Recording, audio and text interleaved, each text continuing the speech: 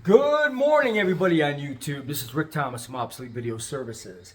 Today, I thought I'd do another posting of another update on some of my work.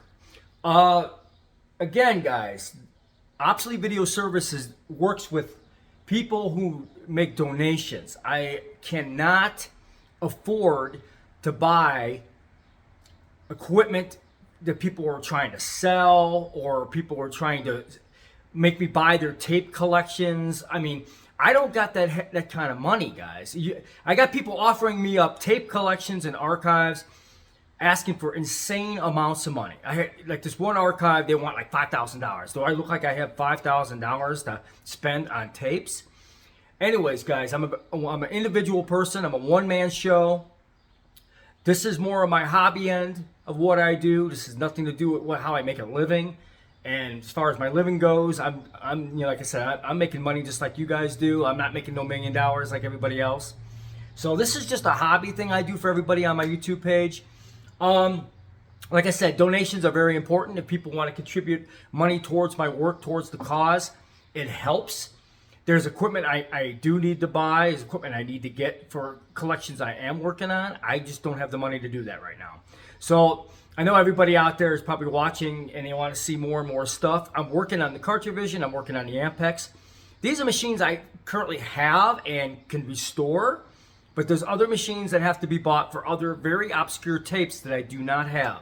So donations are very important. If you guys have a means to be able to make a donation, a big donation to help fund this project, which this is pretty much what it is. This is a very big project that I'm working on.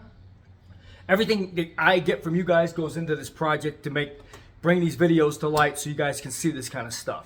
Anyways, brings up a very good point today. I wanted to talk about some of the work I'm doing on the power supply for the Ampex VR7500. So let's get into that. Okay. Here's the VR7500 power supply. The problem with Ampex is they have part numbers for the parts that they have on their circuit boards and various things, but they don't cross to anything. I mean, if you need to replace a part, you can't cross it to something, to like another brand. They wanted everything to go through them, which made everything very, very difficult for replacing electronic parts on this VR7500. Okay, like I said, the VR7500 is probably about 97% done. This power supply is a very big issue. It runs the scanner. And so right now I'm going through a lot of things to figure out how to repair this power supply and get replacement parts that's going to do the job, because there is issues with this power supply. I didn't check those out. Initially, I just replaced the capacitors, but obviously I found out there's more issues with this thing. Okay, as far as rectifiers, diodes, all right. What a diode is a glass or a germanium type of piece of electronics. Hard to explain. I know you can't see it on the board.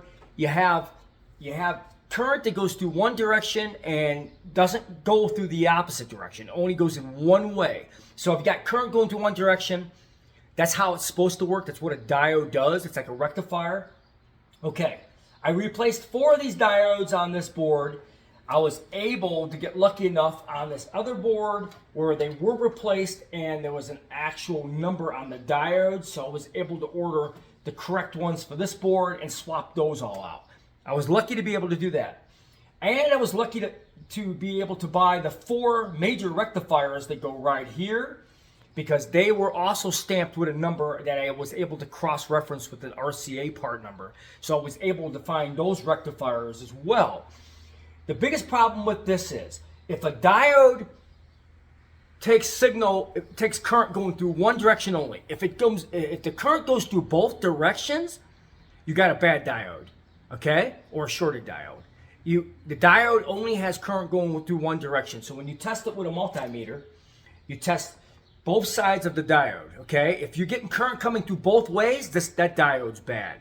Well, these rectifier diodes were bad. So what I'm doing is rebuilding the whole board, because there's very few things on this board.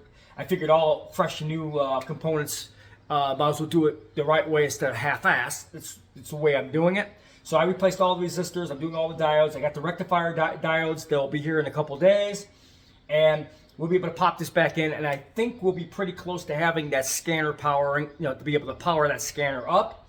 That's really the only issue at the moment, is the scanner is not working due to this actual board. So anyways, guys, cross-referencing electronics for Ampex is not easy. But I did get lucky on several of these things. All I got to do, from what I can tell, it doesn't look like any of the transformers are bad. Cross our fingers. So I hope you guys enjoyed this video.